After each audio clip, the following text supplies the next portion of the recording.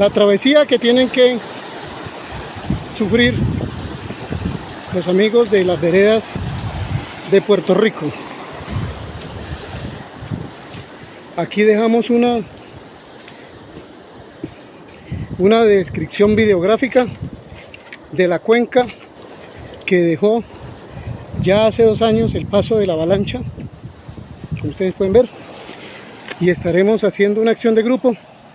para que la Secretaría de Vías y la Secretaría de Gestión de Riesgo adecúe una vía alterna para estas familias de Puerto Rico.